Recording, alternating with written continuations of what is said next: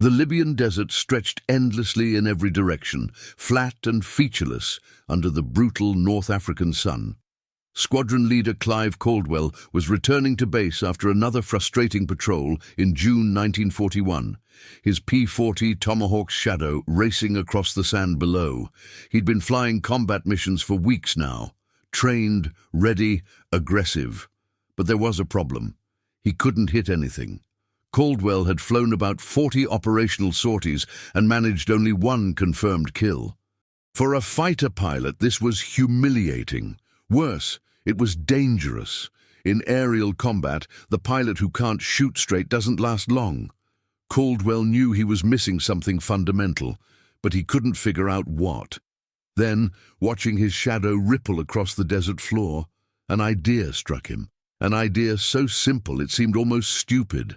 An idea that would change not just his own fortunes, but the way Allied fighter pilots trained for the rest of the war. And years later, halfway across the world, that same innovation would help him shoot down Japanese aircraft over Australia's northern coast, including a mission where his quick thinking and unusual technique made all the difference. This is the story of how a farmer from rural Australia developed one of the Second World War's most effective gunnery training methods, became his nation's top fighter ace, and proved that sometimes the best solutions come from the most unexpected places. Clive Robertson Caldwell was born in Lewisham, a suburb of Sydney, Australia, on the 28th of July 1910, or possibly 1911, depending on which records you believe. The confusion about his birth date wasn't an accident. Years later, when he tried to join the Royal Australian Air Force, Caldwell discovered he was too old to be accepted for fighter pilot training. The age limit was rigid, no exceptions. So Caldwell did what many determined men of his generation did when bureaucracy stood between them and their goals. He lied. He persuaded a pharmacist friend to alter his birth certificate, shaving 2 years off his age. The RAF accepted his application, and Caldwell began training under the Empire Air Training Scheme in May 1940. But before the war, before the uniforms and the combat and the kills, Caldwell had lived a very different life. After leaving school without completing his certificate, he worked as a jackaroo, a station hand on remote cattle and sheep properties in rural Australia. It was hard, practical work. You learned to fix things that broke, to solve problems with whatever materials were at hand, to think creatively when the nearest help was hundreds of kilometers away. That background, practical, self-reliant, unimpressed by theory that didn't work in practice, would shape everything about Caldwell's approach to aerial combat. He'd also worked as a commission agent, a job that required negotiation and quick thinking. When war broke out in September 1939, Caldwell was employed in Sydney, living an ordinary civilian life.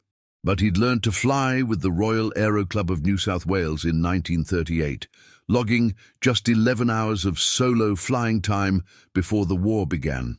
It wasn't much, but it was enough to know he wanted more. By the time Caldwell completed his training and received his commission in January 1941, he was 29 years old, officially. Actually 30, but who was counting? He embarked for the Middle East on the 3rd of February 1941, joining thousands of other Commonwealth pilots in the fight against Axis forces in North Africa. The Western Desert Campaign was unlike anything Caldwell or his fellow pilots had trained for. The vast open spaces, the endless blue sky, the dust storms that could ground entire air forces for days. The heat was relentless. Inside the cramped cockpit of a P-40 Tomahawk, temperatures could reach unbearable levels. The pilots flew in shorts and shirts, often soaked with sweat before they even got airborne. After a brief attachment to 73 Squadron of the Royal Air Force, Caldwell transferred to 250 Squadron RAF in May 1941.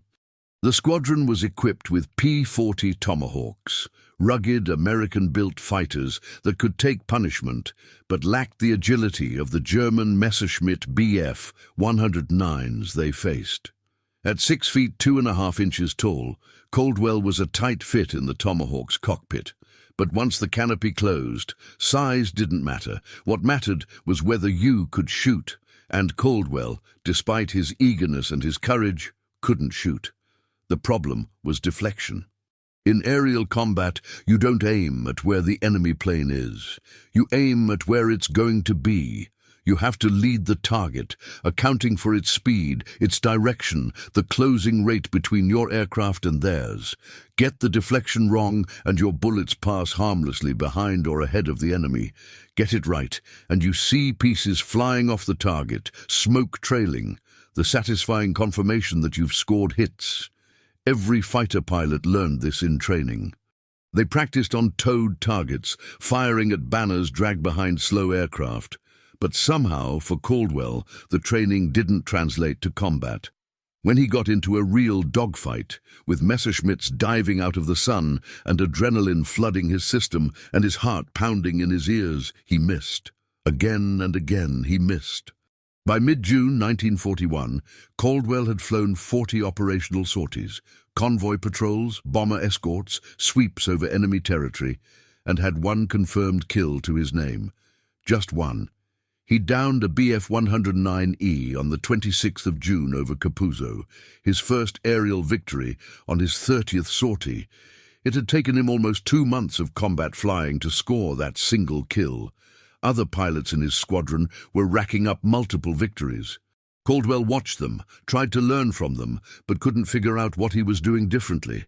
The frustration ate at him. He knew he was aggressive enough, brave enough. He'd proven that by pressing attacks when others broke off, by flying dangerously close to enemy bombers to get shots. The problem wasn't courage, it was accuracy. Then came that patrol in late June. Returning to base, flying a few hundred feet above the desert floor, Caldwell noticed something that every pilot had seen 1,000 times, but never really considered. The shadows of the squadron's aircraft racing across the sand below. Clear, dark, sharp-edged shadows. An idea formed. A crazy idea, maybe. But Caldwell had nothing to lose. He armed his guns and pointed his aircraft at his own shadow. Then he squeezed the trigger. A short burst. Maybe half a second. He watched the sand kick up where the bullets struck. They hit well behind his shadow. Caldwell fired again, another short burst. Same result, the bullet strikes appeared behind where his shadow was, behind where he would have been if he'd been the target. He tried a third time, this time consciously aiming further ahead. The bullet strikes moved closer to the shadow, still behind it, but closer. Again and again, Caldwell fired at his own shadow, adjusting each time, watching where the bullets struck, learning through trial and error how much lead he needed. After about 6 one-second bursts, he began to get the feel for it. The right amount of deflection started to become instinctive. By the time he landed, Caldwell had burned through most of his ammunition. But he'd learned more about deflection shooting in 20 minutes than he'd absorbed in weeks of training and combat. The next day, he tried it again, and the day after that. Each time his shooting improved. He could see the improvement in the way the bullet strikes walked toward the shadow, the way he needed less conscious calculation and more relied on feel. He was developing muscle memory, teaching his hands and eyes to work together without the interference of his overthinking brain. Within 2 weeks of developing his shadow shooting technique, Caldwell's score jumped dramatically. He downed 4 more enemy aircraft and claimed a half share on another. Suddenly, he wasn't the squadron's frustrated novice anymore. He was becoming an ace. When Caldwell demonstrated the technique to his commanding officer, squadron leader Peter Wycombe Barnes, the response was immediate. Wycombe Barnes was impressed enough to report it to headquarters. Within weeks, a directive went out to all desert fighter squadrons. Adopt shadow shooting as a gunnery practice method. It spread quickly. Other pilots tried it, found it worked, taught it to their squad mates. American pilots flying P-40s picked it up. British pilots in Hurricanes used it. The technique was simple, required no special equipment. could be practiced whenever a pilot had ammunition to spare and a few minutes of clear desert beneath him. Within months, shadow shooting had become a standard training method across the Desert Air Force. For Caldwell personally, the results were spectacular. His score mounted rapidly through the summer and autumn of 1941. On the 30th of June, he claimed a half share of a Bf-110 and destroyed 2 Ju-87 Stuka dive bombers. On the 4th of July, he witnessed something that would stay with him for life. A German pilot shooting and killing his close friend, Pilot Officer Donald Munro, who was descending by parachute after bailing out. The sight hardened something in Caldwell. Combat became personal. By late August, he'd claimed multiple victories and was building a reputation as an aggressive, skilled fighter pilot. His squadron mates started calling him Killer Caldwell. He hated the nickname, found it distasteful, but it stuck. On the 29th of August 1941, Caldwell's skill and his luck were tested in the most brutal way possible. He was flying alone over northwest Egypt, returning to base after a patrol, when 2 Messerschmitt Bf-109s attacked him simultaneously from different angles. One of his attackers was Lieutenant Werner Schröer of Jagdgeschwader 27, one of Germany's most skilled aces. Schröer would eventually be credited with 114 Allied aircraft destroyed in just 197 combat missions. He was, by any measure, one of the Luftwaffe's elite. Caldwell never saw them coming. The first burst of fire hit his Tomahawk from behind. More than 100 7.92mm bullets and 5 20mm cannon shells tore through the aircraft. Caldwell felt impacts, sharp, hot pain in his back, left shoulder, and leg, bullet fragments and shrapnel. One round slammed through the canopy, showering him with perspex splinters that cut his face and neck. 2 cannon shells punched through the fuselage just behind his seat. His starboard wing was badly damaged. A tire was punctured. The flaps stopped working. Any reasonable pilot would have tried to disengage, to dive away, to survive. Caldwell's Tomahawk was shot to pieces. He was wounded in multiple places. Blood was running down his face and soaking his flight suit. Instead, he got angry. Feeling, as he later recalled, quite hostile, Caldwell turned on his attackers. He lined up on Schröer's wingman and fired. The Bf-109 went down in flames. Then he turned his damaged aircraft on Schröer himself, firing burst after burst despite his wounds and his aircraft's condition. Schröer's Black 8 took heavy damage. Caldwell's bullets walking across the fighter, forcing the German ace to break off and disengage. Caldwell managed to nurse his riddled Tomahawk back to base, landing wheels up because his punctured tire made a normal landing impossible. When the ground crew examined the aircraft, they counted the holes and shook their heads. By all rights, Caldwell should have been dead. Instead, he'd shot down one of Germany's best pilots' wingmen and driven off the ace himself while bleeding from multiple wounds. The engagement became legendary in the squadron. Caldwell's reputation was sealed. But more importantly, the action demonstrated something about his character. He didn't give up. Ever. When things went wrong, when he was outmatched or wounded or in a damaged aircraft, he kept fighting. That stubborn refusal to quit, combined with his now excellent gunnery skills, made him exceptionally dangerous. By November 1941, Caldwell had shot down enough German and Italian aircraft to earn the Distinguished Flying Cross and Bar, both awards gazetted on the same day, December 26, 1941. His tactics were studied by other pilots. His shadow shooting method was saving lives throughout the desert campaign. On the 23rd of November, he shot down Hauptmann Wolfgang Lippert, the Gruppenkommandeur of the 2nd JG-27, who bailed out but died days later from injuries sustained when he struck his aircraft's stabilizer. Caldwell continued scoring victories through the winter. On the 21st of February 1942, he downed another Bf-109F near Derna. On the 23rd of April, another near Tobruk. By May 1942, Caldwell's score in North Africa stood at 20.5 confirmed victories. He was the highest-scoring Allied pilot in the Desert Campaign and the top P-40 ace of the entire war. For a man who couldn't hit anything 6 months earlier, it was a remarkable transformation. But back in Australia, the situation had changed dramatically. On the 7th of December 1941, Japan attacked Pearl Harbor, bringing America into the war.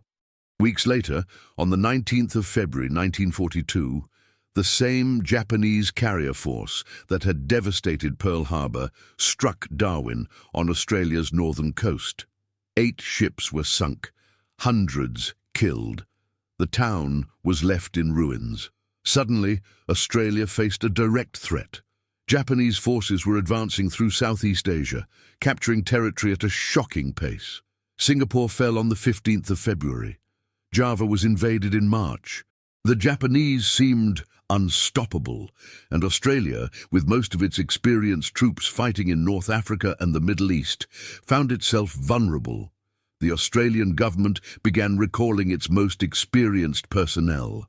They needed battle-tested pilots to defend the homeland. Caldwell's name was near the top of the list.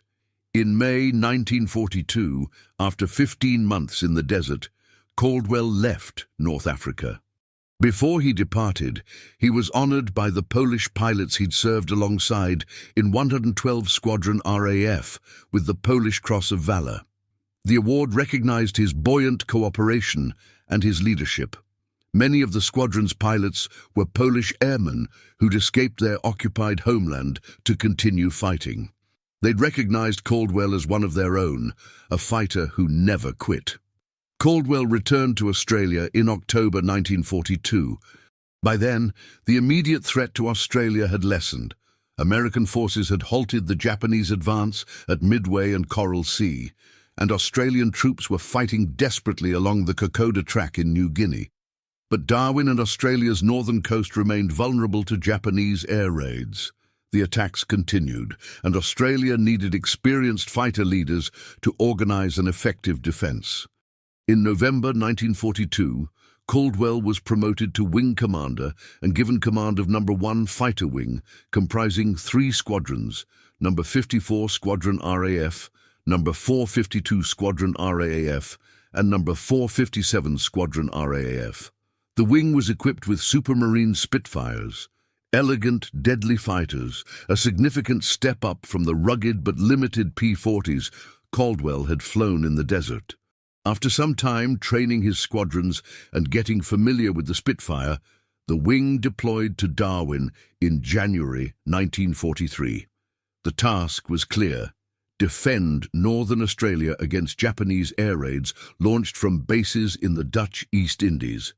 For Caldwell, this meant facing a completely different enemy in a completely different environment. The Luftwaffe pilots he'd fought in North Africa were skilled, aggressive, flying excellent aircraft. But the Japanese pilots were something else entirely. They flew the legendary Mitsubishi A6M-0, a fighter that was faster, more maneuverable, and longer ranged than anything the Germans had. Japanese pilots were masters of dogfighting, trained in tactics that emphasized agility and individual skill. The Spitfire was faster and could dive better than the Zero, but in a turning fight, the Japanese fighter could outmaneuver it.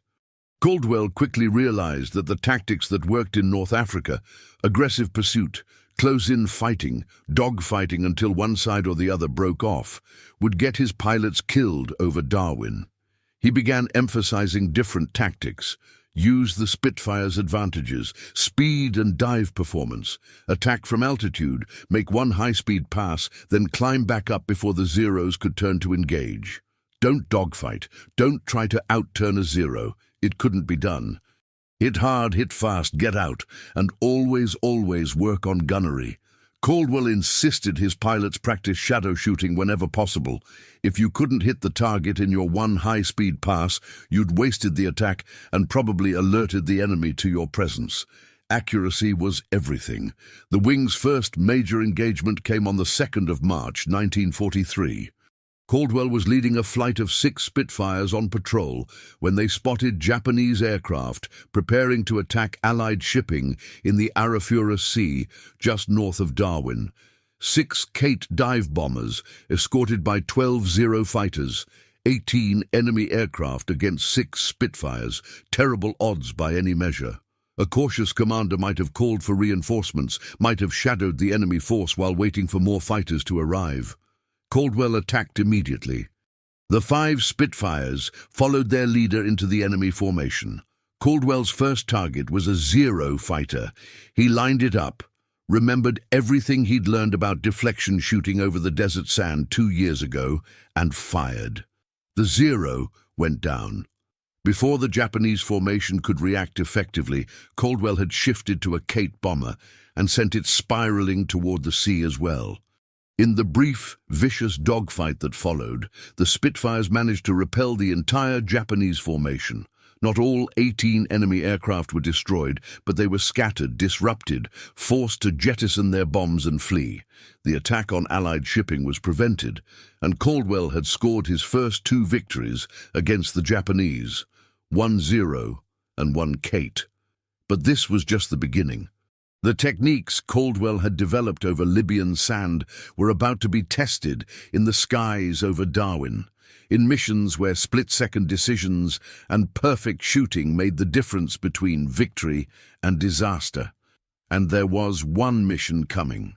One specific engagement where everything Caldwell had learned, all his experience, all his innovation, would converge in a way that demonstrated exactly why unconventional thinking sometimes wins wars. The 2nd of May, 1943, dawned clear over Darwin. Perfect flying weather, perfect bombing weather. Wing Commander Clive Caldwell's No. 1 fighter wing had been operational over northern Australia for 3 months now, and the pattern had become grimly familiar. Japanese bombers would approach from bases in Timor and the Dutch East Indies, flying at high altitude. The Spitfires would scramble to intercept. Sometimes they'd make contact before the Japanese dropped their bombs. Sometimes they wouldn't. This morning, radar picked up a large formation approaching from the north, more than 20 aircraft, bombers with fighter escort. The scramble order went out, and within minutes, Spitfires from all 3 squadrons were climbing hard, trying to gain altitude before the Japanese arrived. Caldwell led the wing up, his eyes scanning the sky ahead. At around 20,000 feet, they spotted the enemy formation. Twin-engine bombers in tight formation, Zeros weaving protectively above them. The Japanese had the altitude advantage. They always did on these long-range raids. They needed the height to maximize their bomb accuracy and to conserve fuel for the long flight home. What happened next would become controversial, a source of criticism that would dog Caldwell for months. But in the moment, in the sky, with enemy bombers approaching Australian soil, he made the decision that seemed right. The wing engaged.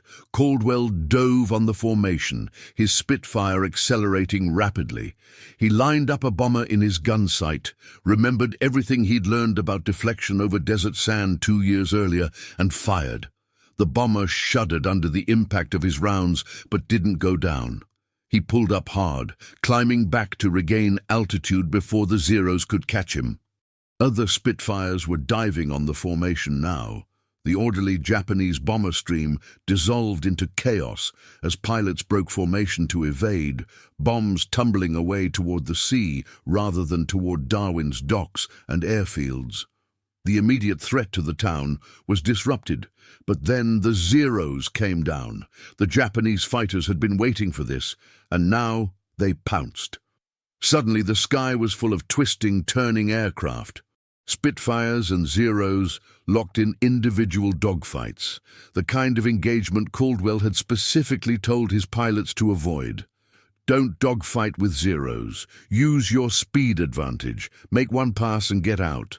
But in the confusion and the adrenaline, with enemy fighters coming at them from multiple angles, the doctrine broke down. Pilots fought as they'd been trained, using every trick they knew, trying desperately to stay alive. Caldwell found himself separated from his wingman, alone against multiple Zeros. This was exactly the situation he'd warned his pilots about. Outnumbered, in a turning fight, against an aircraft that could outmaneuver the Spitfire. But there was no choice now except to fight. He pulled into a hard turn, feeling the G-forces crush him into his seat. A Zero flashed past, overshooting. Another came at him from the side. Caldwell wrenched the Spitfire around, fired a burst that missed, pulled harder. The sky spun. Up became down. His vision narrowed at the edges from the G-forces. Then his engine coughed, sputtered. The fuel gauge was dropping rapidly. He'd been fighting hard, using full throttle, burning fuel at an enormous rate, and he suddenly realized he was dangerously low. If he didn't disengage soon, he'd never make it back to base. The engagement was falling apart. Several Spitfires were heading for home, fuel running low, some with battle damage. The Zeros, with their superior range, could afford to keep fighting. But they, too, were breaking off, their bomber charges having scattered and jettisoned their loads. Caldwell pointed his Spitfire south and nursed it home, the engine running rough, the fuel gauge hovering just above empty. He landed at Darwin with barely enough fuel for one more circuit. Other pilots came in behind him, some making emergency landings, one crashing on the airstrip with damage from Japanese cannon fire. When the debriefing began, the grim accounting started. Number 1 fighter wing had lost 4 Spitfires in the engagement. 4 pilots, experienced men, trained at great expense, irreplaceable in the short term, were gone. 1 had been shot down and killed. 3 others had run out of fuel trying to make it back to base and had crash-landed in the bush. 2 of those 3 pilots were rescued. 1 wasn't. Against these losses, the wing had shot down some Japanese aircraft, disrupted the bombing raid, saved Darwin from significant damage. But the casualty rate was unacceptable. Major General George Kenney, the Allied air commander in the Southwest Pacific, was furious. He seriously considered pulling No. 1 fighter wing out of Darwin and replacing it with more experienced American units. For Caldwell, the 2nd of May was a wake-up call. His pilots were brave, but many were inexperienced. The Spitfire Mark V they were flying had problems in tropical conditions. The engines were temperamental, fuel consumption was higher than expected, and the aircraft's limited range became critical in extended combat. But most importantly, the tactics they'd been using weren't working. After the May 2nd disaster, Caldwell called his squadron leaders together. They needed to change how they fought. Completely. No more dogfighting with Zeros. No more extended engagements that burned through fuel. No more trying to outturn an aircraft that couldn't be outturned. New tactics were developed. The wing would rely exclusively on dive and climb attacks. Spitfires would patrol at maximum altitude, using their superior climb rate to position themselves above the Japanese formations. When enemy aircraft appeared, they'd dive at high speed, make one firing pass, then climb immediately back to altitude. If the first pass didn't result in a kill, that was acceptable. Break off, climb, reset, don't chase, don't pursue into a turning fight. It was frustrating for aggressive pilots who wanted to press home their attacks, but it worked. It conserved fuel. It used the Spitfire's strengths, speed and diving performance, while avoiding its weaknesses in sustained turning fights, and it kept pilots alive. The new tactics were put to the test on the 20th of June 1943. Radar detected another large Japanese formation approaching Darwin. 21 bombers escorted by 21 fighters, 42 enemy aircraft total, the biggest raid in months. Number 1, fighter wings scrambled every available Spitfire. Caldwell led the formation up, climbing hard to get above the incoming Japanese. This time everything was different. The Spitfires were positioned perfectly, high above the enemy formation. Caldwell could see the whole battle developing below him. The tight bomber formation, the Zeros weaving protectively, completely unaware that above them, hidden in the sun, a full wing of Spitfires was positioning for attack. Caldwell gave the order and dove. His Spitfire accelerated rapidly, the wind screaming past the canopy. The airspeed indicator climbed, 300 miles per hour, 350, 400. The bomber he'd selected grew rapidly larger in his gun sight. He waited, let the range close to ensure maximum accuracy. Then he fired. All 8 of his machine guns and 2 cannon opened up simultaneously. The combined firepower was devastating. He saw his rounds walking across the bomber's fuselage, pieces flying off, smoke beginning to trail. He held the trigger down for perhaps 2 seconds, a long burst by fighter pilot standards, then pulled up hard, climbing back to altitude. Behind him, the bomber was falling out of formation, one engine on fire, smoke pouring from multiple hits. Caldwell didn't watch it go down. He was already climbing, looking for his next target, trusting that the bomber was finished. The whole wing was executing the same tactic. Spitfire after Spitfire dove out of the sun, fired one devastating pass, then climbed back up before the Zeros could react. The Japanese fighter pilots found themselves trying to defend bombers that were being picked off one by one, unable to engage the Spitfires effectively because the British fighters refused to dogfight.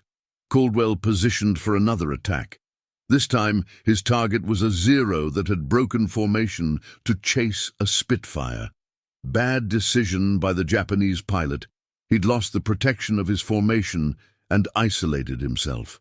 Caldwell dove on him from above and behind, the classic fighter pilot's position of advantage. The Zero pilot saw him at the last second and tried to turn into the attack. But Caldwell was coming too fast, and the deflection shooting skills he'd developed over Libyan sand 2 years ago paid off again. He led the target perfectly, squeezed the trigger, and saw his rounds hit. The Zero shuddered, pieces flying off the wing, then rolled inverted and dove toward the sea-trailing smoke. 2 kills. But Caldwell wasn't done yet. As he climbed back to altitude, he spotted another bomber struggling to keep formation, already damaged by someone else's attack. Smoke was trailing from one engine. The crew was clearly trying to make it back to base in Timor, but the aircraft was losing altitude. Caldwell positioned carefully, lining up from behind and slightly below. This was a vulnerable position. The bomber's rear gunner would have a clear shot at him, but the aircraft was so badly damaged that the return fire was weak and inaccurate. He fired another long burst, his rounds tearing into the bomber's fuselage and wings. The bomber's good engine erupted in flames. The aircraft nosed over sharply and began spiraling toward the ocean. Caldwell pulled up, his ammunition nearly exhausted, and headed for home.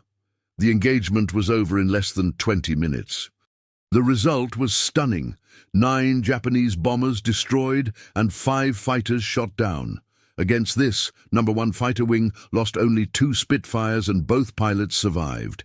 It was the most successful air defense of Darwin to date. Caldwell personally was credited with shooting down 3 Japanese aircraft in that single engagement, 1 bomber and 1 Zero confirmed, plus another bomber that multiple pilots had attacked and that Caldwell finished off. Combined with his 2 kills from the March 2nd mission and the Dyna reconnaissance plane he'd shoot down in August, his total Japanese victories would reach 6.5 by the time he left Darwin. But more importantly, the 20th of June proved that the new tactics worked. General MacArthur sent his congratulations to the wing. Confidence was restored. The Spitfire pilots, who'd been demoralized after the May disaster, now believed they could defeat the Japanese. More than that, they'd proven it. For Caldwell, the success vindicated not just the tactical changes, but his entire approach to aerial combat. The shadow shooting technique he'd developed as a frustrated pilot in North Africa, that crazy idea of firing at his own shadow to learn deflection, had evolved into a comprehensive training program that emphasized accurate gunnery above everything else. His insistence that his pilots practice constantly, that they understand deflection instinctively rather than intellectually, had paid off in combat. The farmer's son who'd worked on remote stations, who'd learned to solve problems practically rather than theoretically, had brought that same mindset to aerial warfare. When orthodox training hadn't worked for him, he'd invented something new. When standard tactics proved ineffective against the Japanese, he'd adapted. And when his wing suffered casualties using the wrong approach, he'd had the courage to completely change how they fought. In August 1943, Caldwell shot down his last aerial victory, a Mitsubishi Ki-46 Dyna reconnaissance aircraft over the Arafura Sea. He and his wingman, Flight Sergeant P.R. Padula, spotted the high-flying twin-engine aircraft and climbed to intercept. Caldwell's first attack damaged the Dyna. His second and third attacks sent it down, gradually at first, then in a steep dive toward the ocean. By then, Caldwell had been credited with 27.5 aerial victories total, 20.5 in North Africa, 7 in the Pacific. He was Australia's highest-scoring ace of the Second World War. For his leadership of No. 1 Fighter Wing and his success against the Japanese, he was awarded the Distinguished Service Order in October 1943. But instead of continuing in combat, Caldwell was posted to No. 2 Operational Training Unit in Mildura as Chief Flying Instructor. For an aggressive fighter pilot at the peak of his abilities, it must have felt like exile. But the role was crucial. Caldwell's job was to teach new pilots the gunnery skills and tactical knowledge he'd developed through years of combat. His shadow shooting technique became a standard part of the training syllabus. Hundreds of pilots who would never meet Caldwell in combat benefited from his innovations. In May 1944, Caldwell returned to operational flying, taking command of No. 80 Fighter Wing equipped with Spitfire Mark 8s, the most capable version of the Spitfire, far superior to the troublesome Mark Vers he'd flown over Darwin. By then, the Japanese were in retreat across the Pacific, and the nature of the air war had changed. Fighter sweeps and bomber escorts had given way to ground attack missions, dangerous, unglamorous work striking Japanese positions and supply lines. In December 1944, No. 80 Wing deployed to Morotai in the Netherlands East Indies. There, Caldwell found himself increasingly frustrated by what he saw as the misuse of Australian fighter units. American forces had taken over the primary role in the Pacific Air War, and RAF squadrons were being assigned secondary missions, ground attack sorties that were dangerous but had minimal strategic impact. Pilots were dying for no clear purpose. In April 1945, that frustration came to a head. Caldwell and 7 other senior RAAF officers attempted to resign their commissions in protest, an action that became known as the Morotai Mutiny. An inquiry was conducted. 3 senior officers were relieved of command. Caldwell and the other mutineers were ultimately cleared of wrongdoing, but the episode effectively ended Caldwell's combat career. There was another issue, too. Prior to the mutiny, Caldwell had been charged with involvement in an alcohol racket, flying liquor to Morotai on RAF aircraft and selling it to American forces. The charges were technically true, though many believed Caldwell had been using the profits to improve conditions for his men rather than for personal gain. Regardless, in January 1946, he was court-martialed and convicted. His rank was reduced from group captain to flight lieutenant. Caldwell left the RAF shortly after. He was bitter about how his service had ended, but he never regretted his actions. The men who served under him remembered him as a commander who looked after his pilots, who fought for them even when it cost him personally. After the war, Caldwell used his American contacts to establish an import-export business, purchasing surplus military equipment in the Philippines and selling it in Australia. The venture was successful. He joined a cloth import-export company in Sydney, quickly became managing director, then partner, then chairman of the board. Clive Caldwell, Sales Pty Limited, became a major firm with subsidiaries worldwide. The farmer's son had become a successful businessman. He married, raised a family, rarely spoke about the war. When he did discuss his combat service, it was modestly, without boasting. He'd done what was necessary, what the situation required. That was all. On the 5th of August 1994, Clive Caldwell died in Sydney at age 83 after a long illness. Australians mourned the passing of what many called a true national hero, though Caldwell himself would probably have rejected the label. He was a fighter pilot who'd developed an effective training technique, adapted tactics to changing circumstances, and led men in combat. Nothing more complicated than that. But his legacy extended far beyond his personal score of victories. Shadow shooting, that simple, almost obvious innovation of firing at one's own shadow to learn deflection, became standard practice not just in the Desert Air Force, not just in the RAF, but throughout Allied air forces. Thousands of pilots learned the technique. How many lives it saved, how many additional victories it enabled, can never be calculated. But the impact was real and lasting. The tactical adaptations Caldwell pioneered over Darwin, using altitude advantage, making single high-speed passes, refusing to dogfight on the enemy's terms, became doctrinal for Spitfire operations throughout the Pacific. Other wings adopted the same approach. Casualty rates dropped, success rates improved. And the philosophy underlying everything Caldwell did, solve problems practically, adapt when circumstances change, never stop learning, represented a mindset that transcended any specific technique or tactic. It was the mindset of a man who'd grown up fixing problems on remote cattle stations, who'd taught himself to shoot by watching bullets hit sand, who'd changed an entire wing's tactics when the old way wasn't working. In a war fought with high technology and sophisticated weapons, sometimes the most effective innovations came from simple observation and practical thinking. Caldwell never forgot that he'd started as a commission agent who could barely fly, who couldn't hit anything in his first 40 combat missions. He remembered the frustration, the determination to find a better way, and when he finally figured it out, by watching his own shadow race across desert sand, he didn't keep it to himself. He shared it, taught it, made it available to anyone who wanted to learn. That generosity might be Caldwell's most important legacy. He could have hoarded his techniques, used them to rack up a higher personal score, become an even bigger ace. Instead, he taught everyone who would listen. He turned his personal breakthrough into a training standard. He took frustrated pilots who couldn't shoot straight and made them dangerous. The headline-grabbing story was always the kills.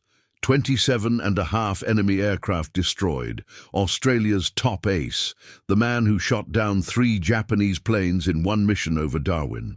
But the real story was what those numbers represented: practical innovation, tactical adaptation, and a willingness to throw out the rulebook when the rulebook wasn't working. From a farmer's son who lied about his age, to a fighter ace who revolutionized gunnery training, to a businessman who built a successful company, Caldwell's life followed an unlikely trajectory. But there was a thread connecting it all: the ability to look at a problem, figure out what actually worked rather than what was supposed to work, and then apply that solution relentlessly. In June 1943, when Caldwell led his wing against that massive Japanese formation and shot down 3 aircraft using techniques he'd developed by firing at shadows 2 years earlier, he wasn't just demonstrating excellent shooting. He was validating an entire approach to problem-solving that had nothing to do with formal training and everything to do with practical observation. Sometimes the best tricks aren't fancy or complicated. Sometimes they're just a matter of watching your shadow race across the sand and thinking, what if I tried something different? And sometimes those simple ideas change everything.